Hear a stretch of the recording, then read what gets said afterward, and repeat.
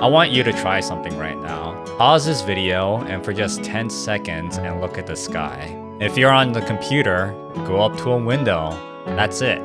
For just 10 seconds. How long did you actually last? Did you feel that immediate urge to look away? Or did you even have that subtle anxiety? Did you even do it? Do you just have this video as a second monitor media while you're playing video games on your main one? Most of us can't even sit for 5 minutes without reaching for our phone. And it's not just a habit anymore. It just becomes our default. The moment when the conversation dies down, when you're by yourself alone for just a second, your hand automatically starts patting your pocket or searching for that rectangular source in your pocket or on your desk or wherever it is. What I'm trying to say is our mind has literally forgotten how to be bored. And I don't mean that in some exaggerated way. I'm talking about a fundamental shift in how our brain operates. Think about the last time you were on an elevator with strangers or even by yourself.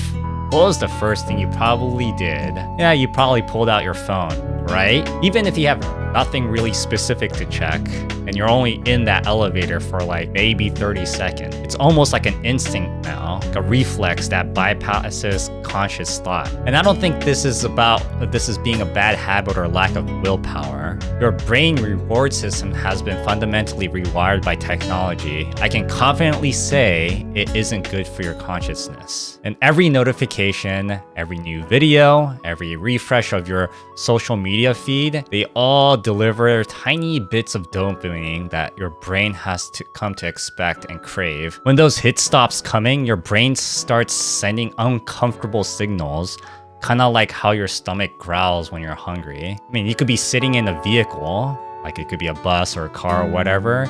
You could be waiting for the water to boil when you're cooking dinner.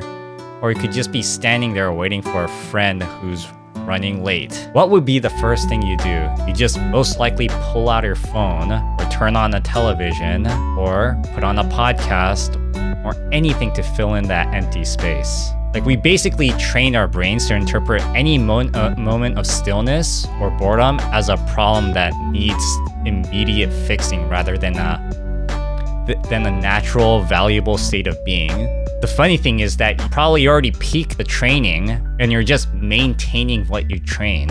And I'm pretty sure you heard this a lot, but I'm gonna say it here. Why do you instantly reach for your phone during quiet moments? Because your brain has been conditioned to interpret stillness objectively as non-productive. Every time you alleviate that feeling of boredom with a quick scroll through your phone, you reinforce this pattern. If you have to guess, your attention span has probably decreased significantly over the years without you even realizing it. Many of us now struggle to focus for even short periods without digital distraction. And here's the thing, you're basically caught like a fish on a hook to constantly be stimulated.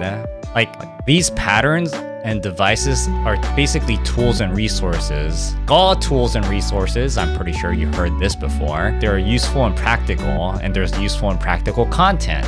I think the use of short form content is not very valuable, even for educational purposes, because I don't think you can learn anything in that amount of time. Like, you know, the whole like 1 to 3 minutes thing.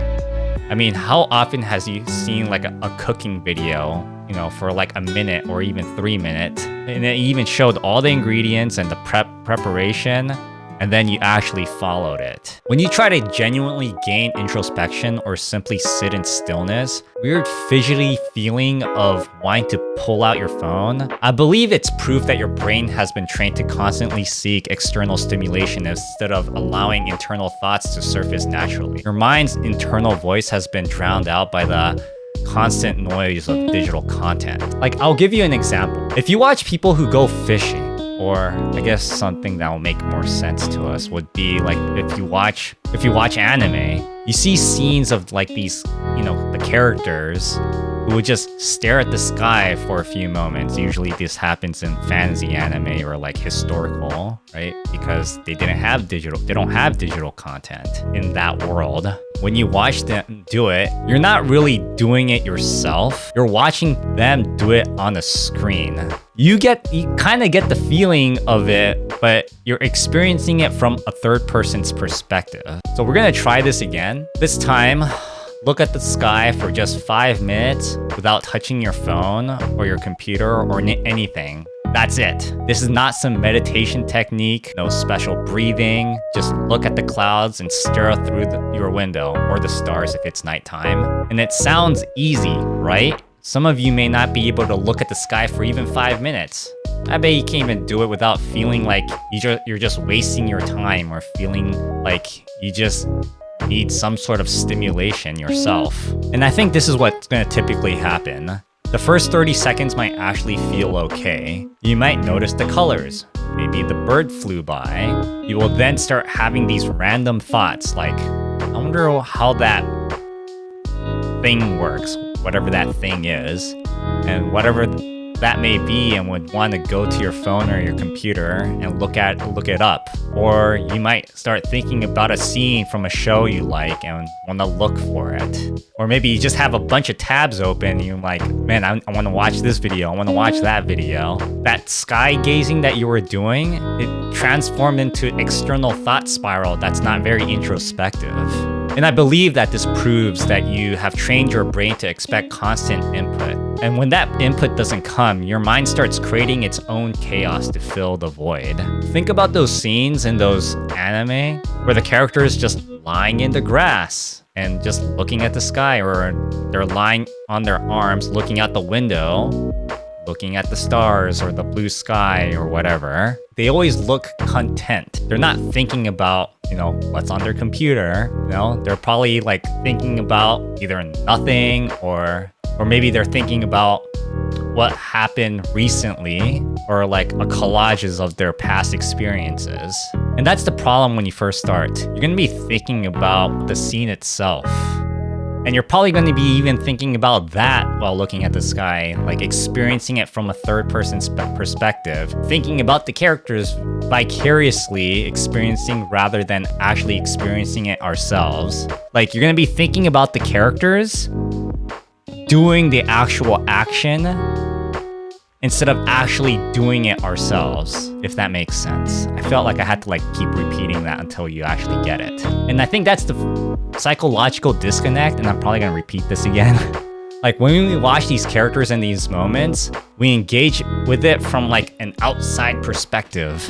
Like we idealize their experience without recognizing our own introspective stillness. You might be disappointed when you try to recreate these moments because we're experiencing that romanticized version we've seen on screen. But when you try to recreate those moments, you might expect to feel immediate process like those characters, but instead you're thinking about doing that. This contrast highlights the gaps between vicarious experience and direct ones, between watching someone find peace and actually finding it yourself, for yourself. And what I find interesting is that when you do able to just sit there looking at nothing, you start to think about things in different ways. I'm not saying that you're gonna change as a person, just that you will start thinking, and the things that you experience either in the past or what you might say or do, you will start thinking in different paths. It's like a dialogue tree. You will not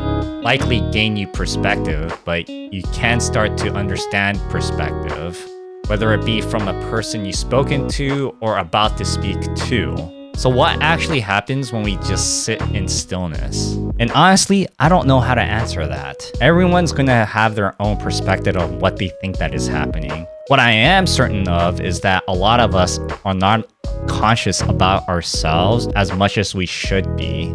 You think you might be, but can you honestly believe that? What I'm trying to say is that I don't think you're flawed, and I don't think I'm flawed. I just think that we're disconnected with our consciousness. It's kind of expected because we're living in that time and living in that environment engineered to harvest our attention. And I don't think as a human species, we have we haven't really evolved to handle like a barrage of stimulus bombarding us daily. Because guess what? Technology isn't a natural thing. It's an artificially human created thing, which required machinery, which is also artificially human created which is also, artificially human created thing that can keep, and, that can keep going for a long time. I can keep, going down this rabbit hole. And I'm not saying that you should force yourself to hour-long, meditative sessions. Instead, try doing gradual exposure, looking at the sky for 30 seconds. Try it again tomorrow for 45 seconds. And then the next day, and you can try to keep increasing that or maintain whatever you can, as you keep going. And what I mean is also to turn off everything. I don't mean you have to shut down your computer or anything like that, or shut down your phone. Just no noise. That includes music or, white noise. And if you have tinnitus, then listen to the tinnitus while doing it. And I think this incremental approach helps rebuild your brain's tolerance for stillness. You're going to forget some of the days, or you probably just don't feel like doing it on other days. And I'll guarantee you that, because I don't think a lot of us has the discipline to do it every day. Some might. Since we're living in a hyper-connected world, the most underrated superpower isn't multitasking or productivity hacking. It's the ability to sit on your own thoughts without reaching for distraction. This capacity for stillness might just be the one most valuable skill that you can develop. And you know what's weird? This is not even a skill that I shouldn't even call this a skill. But guess what? Here we are.